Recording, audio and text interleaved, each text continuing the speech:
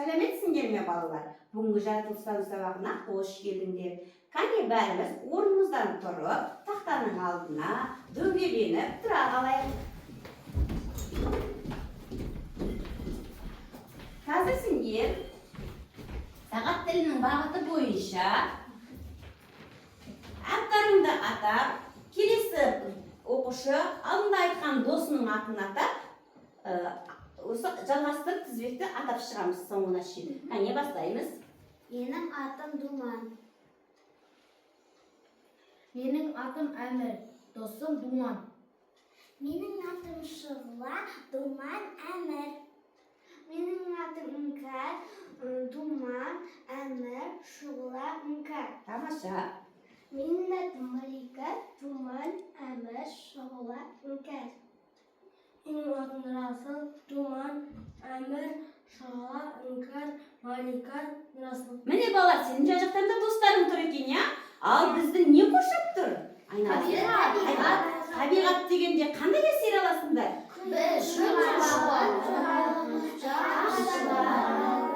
Дұрыс айтасыңдар. Олай болса, қазір біз күншуақ тобы, тамшылар тобы болып бөлінейік, әркім қалаған тобына бара қойсын, орындарыңа бара қойыңдар, бара қойыңдар. Біз тамшылар тобына барамыз. Жақсы, тамаша балалар. Олай болса,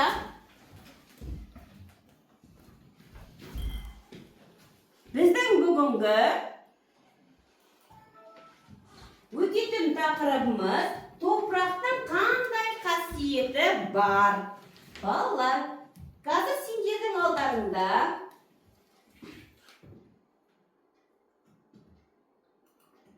мен бағалау парақшаларын тастадым. Ол білім тамшылары деп аталады. Алдарыңда тұр ғой, бір парақшаларды ала қойыңдар.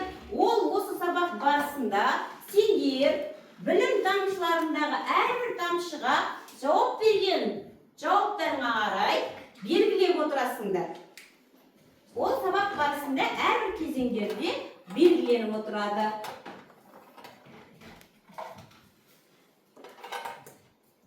Мұнда назар аударайық барлығымыз. Не орта? Мына берілген сөздердің арасынан артық сөздерді табыңдар. Құм, су, қан, ауа, саз, қара шірік. Кім айтам дейді? Жақсы, Әмір айта ғой. Берілген сөздердің арасында артық сөз, қан. Жақсы, тамаша, отыра ғой. Қалған сөздердің арасында қандай байланыс бар? Айта ғой, Думан. Сөздер құм, су, ауа, саз, қара шірік. Бұлардың бәрі топырақтың құрамына байланысты. Жақсы, тамаша. Ал болар, топырақ дегеніміз не? Топырақ дегеніміз. Топырақ дегеніміз не? Есіңізге түсіріп жіберейік, айта ғой Шұғла. Топырақ жердің өсімдік өсетін беткі қабаты. Жақсы, тамаша, отыра қойыңдар. Топырақтың құрамында не бар?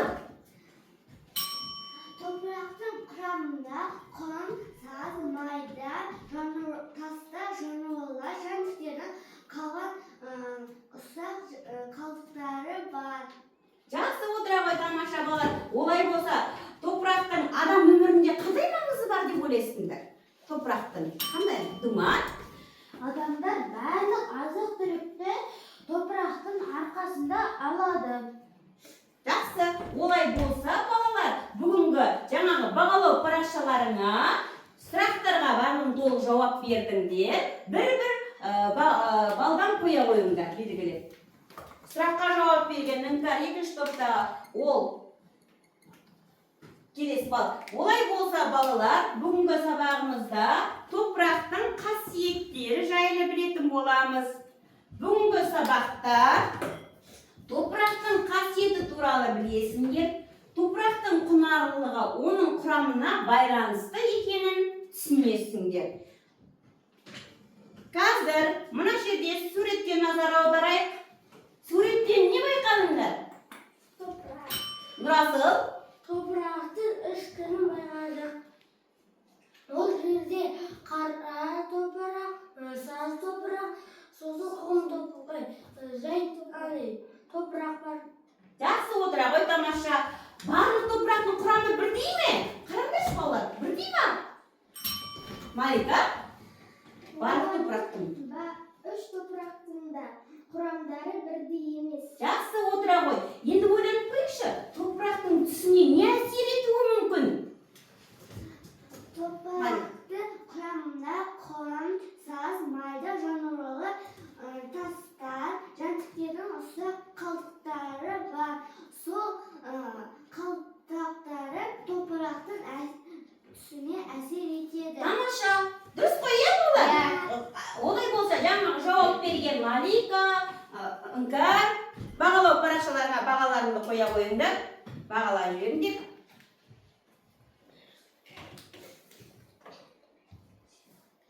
Енді ал балалар, орнымыздан тұрып, олай болса, ана жерге келіп жұмыс жасайық, жеке жұмыс жүргіземіз. Келе қойыңдар. Міне мына жерде сендерге алдарында топырақтар берілген. Осы топырақтан уыстарыңа бір уыс топырақ алыңдар. Бір уыс топырақ ала қойыңдар. Енді алақандарыңды қысыңдар, жұмыңдар. Ал алақанды енді ашамыз. Ашып көріңдерші балалар. Не байқадыңдар? Аналика не байқадың? Топырақтың жұмсақтығында. Ал Әмір сенің де не байқалды? Топырақ менде ол ішіндегі ауалары жоғалып кетті. Әрі қарай тағы Шұғыла, сенде қандай өзгеріс байқалды сенің алақаныңдағы топырақта? Қастары жұмсарып кетті. Қандай топырақ? Ал Шұғыла, сен қандай өзгеріс байқадың? Борпылдақ топырақта ауа көп, сондықтан борпылдақ топырақта өсімдік жақсы өседі. Біздің қолымыздағы топырақ сонымен қандай топырақ болды? Борпылдақ. Иә. Бұндай топырақтың құрамында не көп болады екен? Ауа көп болады Ауа көп болады. Онда бұл топырақ өсімдіктің өсуіне Пайдасы тигізеді. Иә, жақсы тамаша жұмыс жасадыңдар, отыра қойыңдар, қолдарыңды жақсап сүртіңдер. Осы тәжірибе барысында біз топырақтың құнарлығын байқадық, балалар. Орнымызда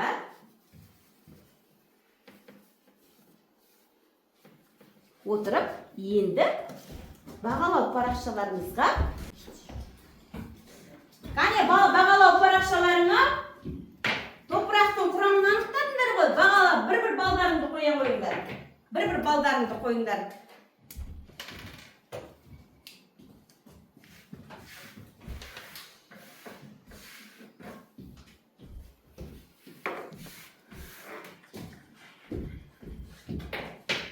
Біз топырақтың құрамының борпылдақ қасиетін байқадық бұл жерде, балалар.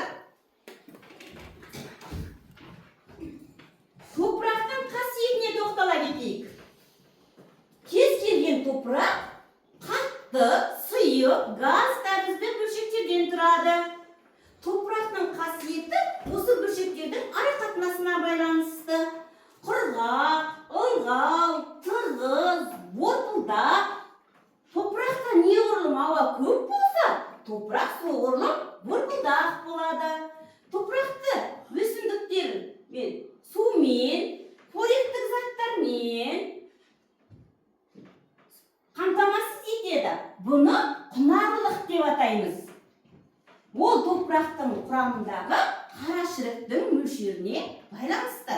Жаңағы жасаған жеке жұмыстарында балалар, біз топырақтың борпылдақ қасиетін байқадық. Енді келесі тәжірибе жасап көрейік, балалар. Ол жерде мен сендерге, балалар, енді топырақта су қалай қозғалады?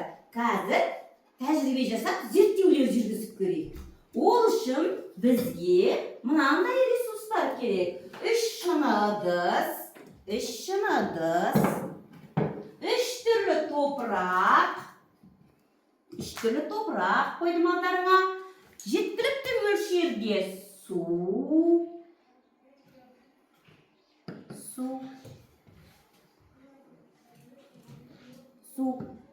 дәке бізге керекті ресурстар. Енді балалар, орнымыздан тұрып, жұппен жұмыс жасаймыз. Жұптасып келіп, мына жерден бос шыныстарды ала қойыңдар, келе қойыңдар. Жұптасып келеміз. Қане, бос шыны ыдыстарыңды ала қойыңдар. Бос шыны ыдыстарыңды ала қойыңдар. Қане алыңдар, иә? Суларыңды алыңдар. Топырақтарыңды алыңдар ма? Топырақтың түрлері? Жақсы. Енді қазір бірінші жұп Думан мен Нұрасыл, Іңкәр мен Шұғыла, Әмір мен Малика. Қазір Әмір мен Маликадан бастап біз тәжірибе жасаймыз. Алдымен бос ыдысты қалғанымыз қарап тұрайық, қалған жақтар. Қазір сендерге де осындай тапсырмалар керек, зерттеулер жүргізеді. Әмір мен Малика, қане бос ыдыстарын ала қойыңдар. Мені Әмір, сендердің жұптарың қандай құм алдыңдар? Біз жай құмда алдық. Ал енді бос ыдысты ала қойыңдар, бос шыны ыдыстарыңды ала қойыңдар. Соған дәкені салыңдар алдымен. Дәкені саламыз. Жақсы. Дәкені сал. Енді құмда топырақтарыңды ала қойыңдар. Салыңдар. Жеткілікті мөлшерде сала беріңдер. Салып тұрмыз ба? Қане балалар?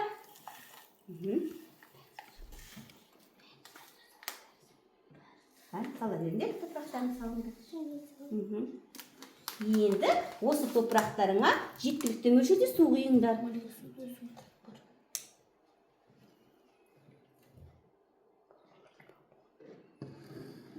Ал енді екінші жұп, қазір бірінші жұп ойланып тұрыңдар. Сендерде қандай өзгеріс байқалды тәжірибелерінде?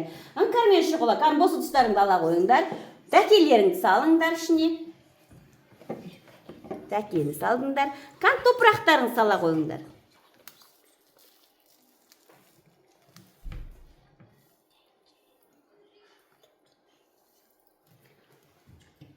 Қане топырақтарын сабатымыз ба? Сала бер топырақтарыңызды. Енді осыған жеткілікті мөлшерде суларыңды құя қойыңдар. Құясың ба?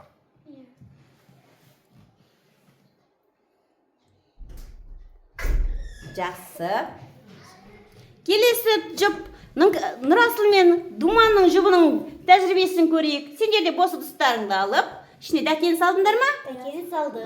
Енді қара топырақтарыңды сала қойыңдар.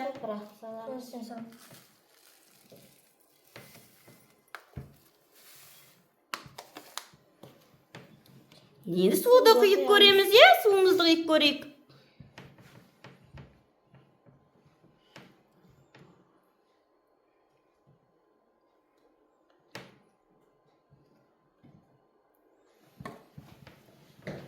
Қане балалар, топырақтарыңа қарадыңдар ма? Енді әр жұп осы топырақтарында қандай өзгеріс байқалды? Қане, бірінші жұпта айта қойыңдар, сенің топырақтарың қандай? Біздің топырақ суды тез сіңіріп алды. Тағы қандай қорытынды жасаймыз? Біздің топырақ суды тез тымқылданды және тез кеуіп қалады. Қандай топырақ еді сендердікі? Біздікі жай Құм топырақ. Құм топырақ. Иә? Онда сендердің топырақтар тез сіңіріп кетеді. Келесі жұпта қандай өзгеріс байқадыңдар? Біздің саз топырақ суға сіңірмейді. Өйткені ол су құйылғанда тез сіңірмейді. Сендерге қандай топырақ сонда? Бізде саз топырақ. Жақсы.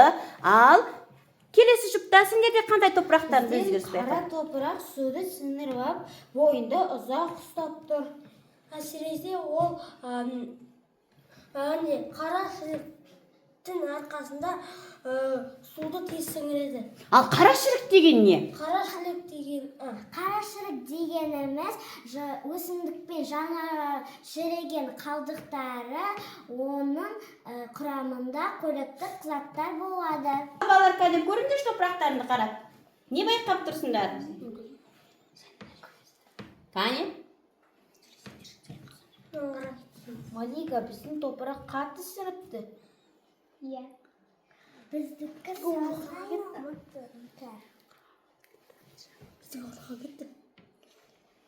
Сіздің жағына жас қалды. Топырақтың құрамында байқадыңдар ма суды? Қалай қозғалады екен су топырақтың бойында? Бізге қай топырақ құнарлы екен сонда? Бізге қара топырақ жаңа құнарлы екен. Құрамын байқағанымыздай, құнарлы топырақ, қара топырақ екен. Біз оны тәжірибе барысында көз жеткіздік. Қара топырақтың құрамында не көп болды? Құнарлығы неге байланысты екен? Қарашірікке байланысты екен. Жақсы, тамаша жұмыс жасадыңдар. Рахмет, балалар, орындарыңа отыра қойыңдар. Бағалау парақшаларыңа қоя қойыңдар. Бір балдан қойыңдар.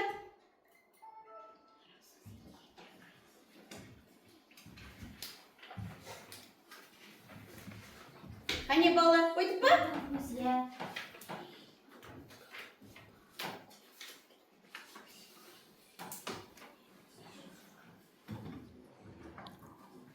Енді балалар, кішкене серігіп алайық. Серігіту сәтін жасаймыз.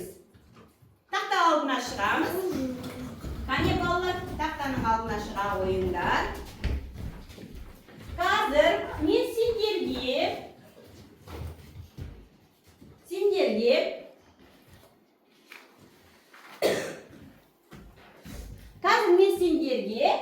топырақтың арасындағы тіршілік иелерін айтамын. Иә? Мұқият тыңдалайық. Сол тіршілік иелерінің қимыл қозғалыстарын келтіреміз.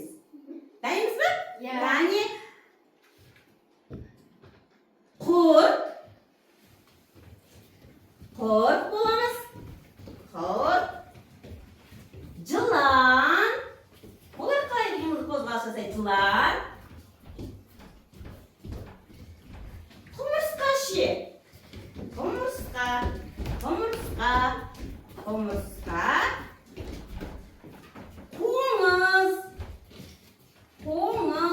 Қоңыз болып ұшамыз. Орнымызға қонамыз.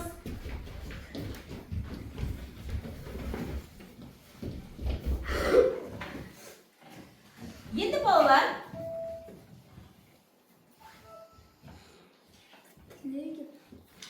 қазір дәптерлеріңді аша қойыңдар.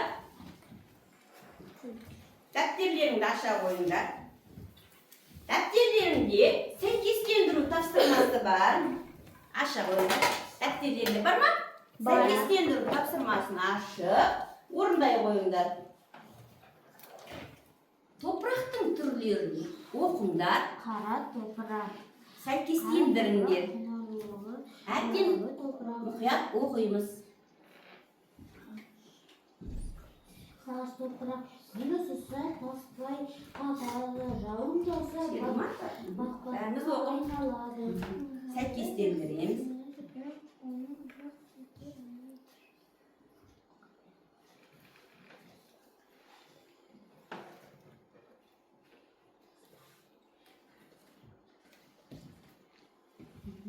Сәйкестендіріп алыңдар балалар. Қандай топырақтың сипаттамаларын атауларымен дұрыс қосамыз. Қай топырақтың сипаты, қай топырақ? Кім айтады екен сипаттамаларын? Біттік па жұмысымызды? Иә. Қане? Танышылар тобынан кім айтады? Әмір, қай топырақтың сәйкестігі дәптерінен оқы? Мен саз топырақты күн ысыса тастай қатып жауын жақсы бақпақ айналады. Жақсы, ардаға. Думан, сендер қандай топырақты таптыңдар? Күншуақ тобында оқып. Құнарлылығы жоғары топырақ. Ал келесі топырақты кім оқи қойды? Шұғыла оқи қойды күншуақ тобындағы. ылғи жақсы сіңіреді, бірақ оны ұзақ сақтай алмайды. Ал бәріміздікі дұрыс па екен? Сәйкестендірімізді дұрыс сәйкестендірдік па? Берген жауаптарына қарай думанға, шұғылаға, әмірге бір балдан қоямыз. Балдарды белгіледіңдер ме? Енді балалар келесі тапсырмада қазір мен сендерге таратпа парақтардан бөліп аламыз. Осы таратпада кесте толтырамыз. Мына кестеде топырақтың құнарлылығын не жақсарта алады?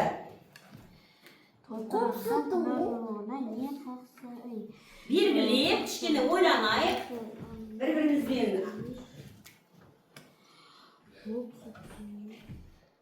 Қане? Белгіленер, нелеріміз алды? Осы кестедегі берілген заттардың қайсы топырақтың құнарлығын арттырады? Топырақтың құнарлығын арттыратын Айта ғой, белгілеген нелерімді оқи ғой. қопсыту керек, қара шірікті қосу да керек. Жақсы, тамаша. Сендерде әмір қандай құнарлығын арттыру үшін қандай жақсарту нелерді қостыңдар? Оқи ғой.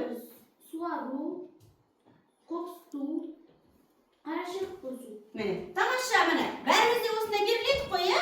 Олай болса, осы кестемізге беріледік. Бағалау парақшамызға кестеден 2 балл қойып қоямыз. Яғни, қара топырақтың құнарлығын арттыру үшін біз қара шірік қосуымыз керек екен, қопсытып отыруымыз керек екен.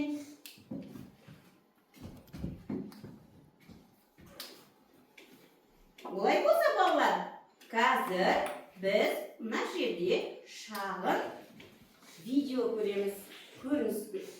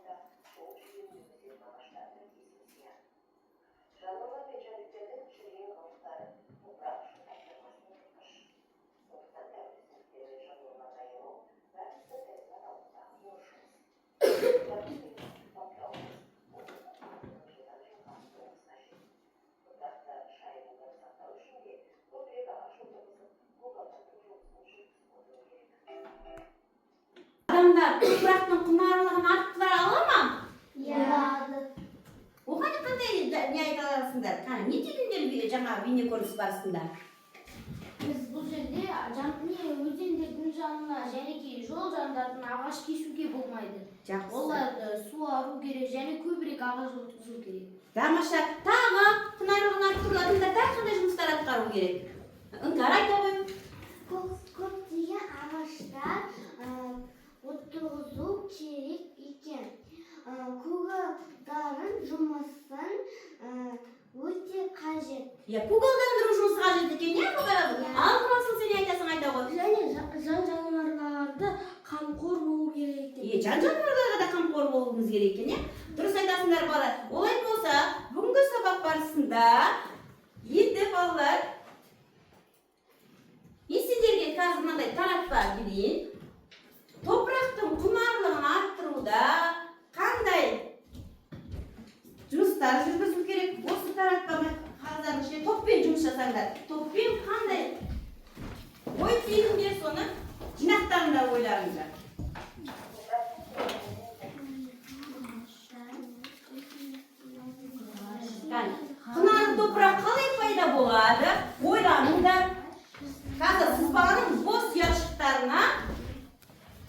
отырасыңдар, ойланып топтайсыңдар. Ой қорқытыңдар, топтарыңдар.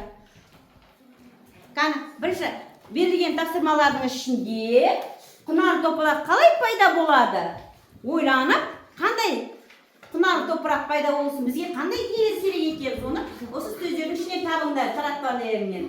Бар ма екен? Бар. Қане. Бірінші топ, тамшылар тобынан кім шығады? Әмір айта қой. Сендердің топтарында қандай? Қоректік заттар. Әкет жастыра ғой. Құнарлы топыраққа басты керегі. Немен екен? Қоректік заттар. Жақсы. Тағы құнарлы топырақ қалай пайда болады? Іңкәр? Өсімдіктер қалдығы. Жақсы, тамаша. Күншуақ тобында сендерде қандай ойнайтындар? Жануарлардың қалдықтары. Яғни бұлар құнарлы топырақ қалай пайда болады екен? Яғни бәріміз бір ой жинақтап жіберейік балалар. Қоректік заттар, дұрыстап өсімдіктер қалдығы, жануарлар қалдығы. Балалар, міне бүгін біз сабақта құнарлы топырақ қалай пайда болатынына көзімізді жеткіздік. Сонымен құнарлы топырақ қалай пайда болады екен?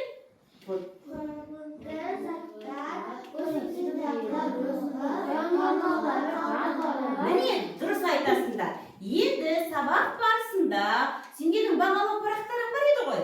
Қане, әркім өз бағалау парағында бүгін қанша тамшыларды белгіледіңдер, қанша ұпай жинадыңдар? Қане, балдарыңызды айтайық. Бірінші күншуақ тобында Думан айта ғой. Бүгінгі сабақта қанша ұпай жинадың? Мен 8 ұпай жинадым. Ал, Нұрасыл ше, қанша балл жинадың? Бүгінгі сабақта 8. Ал, Шұғылар. Мен 7. Әмір, сен неше? Мен 10. 10. Іңкәр. Мен 9. Малика, сенде қанша балл болды? Міне балалар, тамаша. Біз бүгінгі сабақта топырақтың қандай қасиеттері барына көз жеткіздік, тәжірибелер жасадық. Оны өздерің тәжірибе барысында байқадыңдар қасиеттерін. Үйде топырақтың қандай қасиеттері бар тақырыбындағы 76 беттегі мәтінді оқып, келесі сабақта мазмұнын айтуға дайындалып келеміз. Сонымен сабағымыз аяқталды, балалар. Бүгінгі сабақта назар салып қатысқандарыңа көп рахмет.